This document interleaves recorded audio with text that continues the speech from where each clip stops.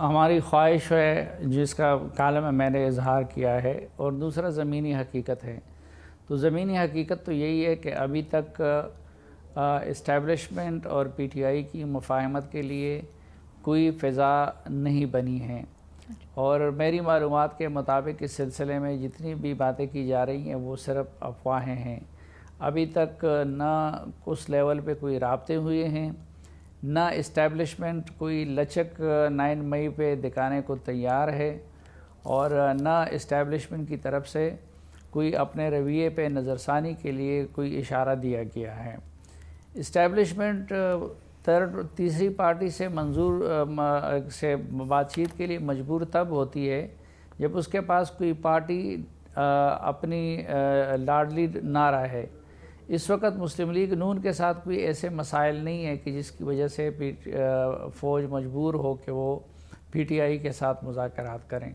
اور یہی معاملہ پیپلز پارٹی کا بھی ہے۔ اس وقت پیپلز پارٹی بھی اور ایم کیو ایم بھی دل و جان سے اسٹیبلشمنٹ کے ساتھ کھڑے ہیں۔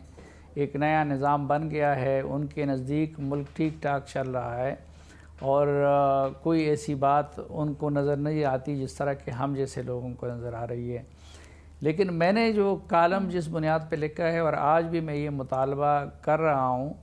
کہ دونوں کو مفاہمت کا راستہ تلاش کرنا چاہیے، کیونکہ سیاسی جماعتوں سے سیاسی میدان میں تو مقابلہ کر سکتی ہیں، لیکن وہ ریاست کے ساتھ لڑنے کے لیے نہیں ہوتی۔ اسی طرح ریاست کے اداروں کا کام وہ ملک کے دشمنوں سے لڑنا ہوتا ہے، لیکن اپنے ملک کے سیاسی جماعتوں سے لڑنا وہ اسٹیبلشمنٹ کا کام نہیں ہے۔ اس لیے اس لڑائی کا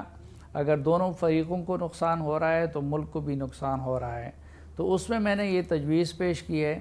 کہ بہتر یہی ہوگا کہ عمران خان صاحب کھل کر 9 مئی کی مذمت کرے، اعتراف کرے، اور دوسری طرف اسٹیبلشمنٹ کی طرف سے اگر ممکن ہو تو تمام جو لوگ ہیں ان کے لیے معافی کا اعلان کر دیں،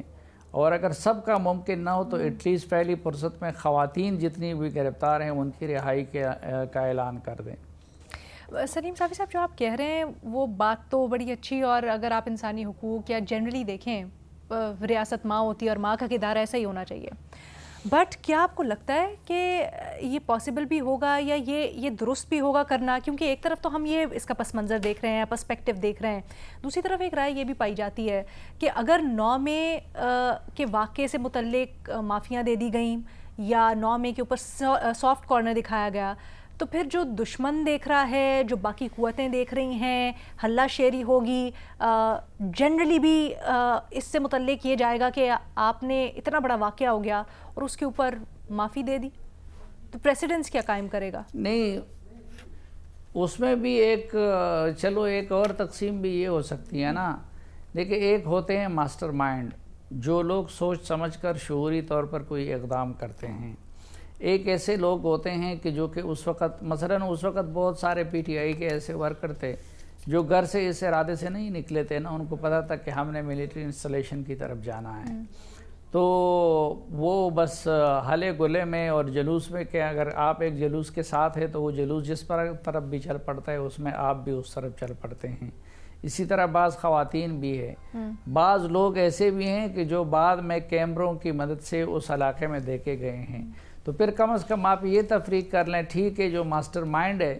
ان کو سزائیں دے دے، لیکن جو ماسٹر مائنڈ نہیں ہے اور عام ورکر ہیں یا عام لوگ ہیں یا کسی دھوکے میں اس معاملے میں شریک ہوئے ہیں تو ان کے ساتھ پھر یہ رعایت کر لے کہ ان کے لیے عام معافی کا اعلان کر دیں۔